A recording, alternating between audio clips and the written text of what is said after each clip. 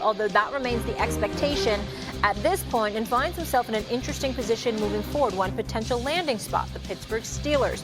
Louis Riddick likes the pairing of Aaron Rodgers and Mike Tomlin. Listen up. They need each other. Aaron needs, at this point in his career, as great as he is, and as many great ideas as he has, and he actually is a guy who has a huge football IQ. I mean, we understand all this. He needs a guy like Mike to say, hey, look, man, you can't do this by yourself. You can't be coach, GM, offensive coordinator, and quarterback all at the same time. I got that part. I'll handle that part. You just level up our offense. Okay, that's what they need. That's what Mike needs out of the quarterback position, which they don't have. And Aaron, quite honestly, probably needs that structure right now to go ahead and tie up and put a bow on the end of a career that is obviously first ballot hall. He's walking right into camp. All right, he didn't say they should want to be with each other. He said they need each other. Canty, do you feel like Tomlin needs Rodgers? No. I don't know why Tomlin would need a below-average quarterback when that's what has undermined the Pittsburgh Steelers for the better part of the last decade. It just doesn't make any sense. And I think we have to get to a place where it's not Aaron Rodgers the name, but we're looking at Aaron Rodgers' overall game and acknowledging that he is not the same quarterback. Aaron Rodgers was 25th amongst quarterbacks last year that were QBR qualified. If you want to break that out to what he's been trending toward over the last 3 years, Aaron Rodgers is 29th in QBR over the last 3 seasons with QBR qualified quarterbacks. The only quarterbacks that he's better than are guys like Ryan Tannehill, Bryce Young, Will Levis, and Mason Rudolph. That's the company that Aaron Rodgers is keeping. And so I think we have to acknowledge, Stephen A., that Aaron Rodgers is no longer the quarterback that won 4 MVPs. He's no longer the guy that won a Super Bowl championship. He's just not capable of elevating an offense, elevating a franchise like that in that regard. And it's been trending that way for some time now. We've seen it across 2 different franchises over a span of 3 years. I ain't saying Aaron Rodgers is washed, but if it looks like a duck and it quacks like a duck, then damn it, it's a duck. You know, I really, really want to know what you drink when you wake up in the morning so I can avoid getting some of it. I just need to know. He's having tea with 2 tea bags. I don't understand it sometimes. Look, bro, I get where you're coming from, and far be it from me to question you about anything in regards to football, because I know you know what the hell you're talking about. But my issue with this is with this, CC, is this. These are the Jets we're talking about. 14 consecutive years they've missed the playoffs. They fire a coach in the middle of the season. They elevate the defensive coordinator to the interim coach. It's very, very chaotic. I know Aaron Rodgers' hands are not clean in all of this. We get all of that. We get that part. But juxtapose that to the Steelers situation. It is Aaron Rodgers that threw for 28 touchdowns and just 11 interceptions. It is Aaron Rodgers that spent the last 10 games of the season throwing for 18 touchdowns and 4 interceptions with a 97 passer rating, even though they only won 3 of those games. Aaron Rodgers, we see what we're seeing from him. And I understand that it hasn't looked like vintage Aaron Rodgers, but he isn't the only reason it hasn't looked that way. The Jets have just been an absolute mess. Now we look at the Pittsburgh Steelers. As long as they keep T.J. Watt, their defense is going to be big time. Offensively, you got Frymuth, you got an offensive line, you got Pickens, temperamental one nevertheless, you still have them. You got Najee Harris and Warren in the backfield. And you have Mike Tomlin in that locker room. And where you lose me, see, is when I look at the roster. Let's backtrack about the last 6 years or so, okay?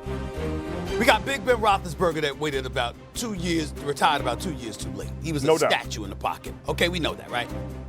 What have they had since? Mitchell Trubisky, Mason Rudolph, Kenny Pickett. I mean, it got so bad in Pittsburgh at the quarterback position that we literally talked about Russell Wilson and Justin Fields like they were saviors. Think about that for a second. Think about that. Justin Fields, who was in Chicago and struggling the way that he's struggling, and I got hope for the brother. I still think he could play in the NFL. I think just be a little patient with him, but I think he gets better and better. I still believe in Justin Fields. And Russell Wilson, who clearly was not what he used to be when he was in Seattle. went to Denver, alienated a bunch of people, came to Pittsburgh to resurrect himself. You know why they made such news? You know why it was such a big deal that the Steelers got him? Because it cost the Steelers about $1.2 million. $1.2 million and a 6th-round pick. That's about it. Okay? So you had it on the cheap. That's why. That's why we were raving about them. But I'm going to go back again. Mitchell Trubisky, Mason Rudolph, Kenny Pickett, okay? And beyond his prime, Russell Wilson, and an up-and-coming Justin Fields. Don't tell me that the Pittsburgh Steelers can't use Aaron Rodgers. Come on now. Not when I paint that picture of what the Steelers have had. I get what you're saying. I'm saying almost anything is better than what they've had. And I think when you look at Aaron Rodgers and his ability to still throw that football and his decision-making, I don't care that he struggled this year. I don't consider that something that's going to be routine with him. I think in a more structured environment where he gets to play football and stop trying to be more than that, because that's Mike Tomlin's team. I think that if you're talking about a typical NFL team, that's fine. The Pittsburgh Steelers is a special situation because of how awful their quarterback situation has been. I see you're doing that thing where you try to run out the clock on me again, too, taking up all of the My bad. space. Go ahead, take You're my doing bad. that thing again. No. That's what you do, but I got it. But here's the thing, though, man. Listen, and we give Mike Tomlin a ton of credit. He's one of the 5 best coaches in this entire sport. Don't at me, don't debate me on that. I think he's phenomenal at what he does. He's even joked about turning water into wine. But short of having Jesus Christ on that coaching staff, you ain't resurrecting Aaron Rodgers' career. And Stephen A., you are giving this dude a pass because he has been a part of the dysfunction that is the New York Jets. Well, the franchise gave him carte blanche and turned over the keys to him 2 years. And guess what? In the season that he didn't play, they had more wins than when he played the entirety of 2024. And guess what? Aaron Rodgers, before he got to the New York Jets in 2022, had a win-and-in situation in Lambeau Field with the Green Bay Packers against the Detroit Lions, who had nothing to play for, and fell flat. His offense scored 16 points. The guy had a couple of turnovers. So again, before he even got to the New York Jets, his career was on a downtrend. And I think that what we've gotten over the last 2 years just drives home the point that the guy that we saw won 4 MVPs and won a championship is no longer there. He's no longer that quarterback. I just take into consideration, and I can't refute that, CC. What I'm saying to you is that I think the situation in Green Bay was special because you had a dude in Jordan Love on the bench, waiting in the wings, just like Aaron Rodgers was waiting in the wings when Brett Favre was still with the Green Bay Packers. So you had him waiting in the wings. Aaron Rodgers had a tension-filled relationship with Green Bay upper management. We all know that. So he ultimately ended up departing. And then when he departed, the Jets gave him the keys. And sometimes you give, they say, the higher something climbs up a tree, the more it shows its ass. And no doubt. You gave him all of that power, and obviously it went awry. I'm saying neither is the case here.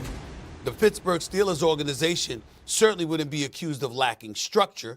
You certainly wouldn't be accused of lacking leadership because that's going to be Mike Tomlin's locker room, not Aaron Rodgers. And then Aaron Rodgers gets to play football. I think that the Green Bay and the New York Jets circumstances, for different reasons, posed and presented different problems that the Steelers wouldn't present. That's what I'm saying. And because of that, I believe you'd see a better version of Aaron Rodgers, certainly from the Aaron Rodgers you saw this season, who still threw 28 touchdowns and 11 interceptions. You keep throwing those stats at me. Stephen A., you keep throwing them empty calorie stats at me. I watch the tape. I watch the games just like you do. So did we? Aaron Rodgers was bad when it mattered and average when the season was already lost. So what he did from a productivity standpoint don't matter to me. I'm looking at the wins and losses. I'm looking at his overall impact.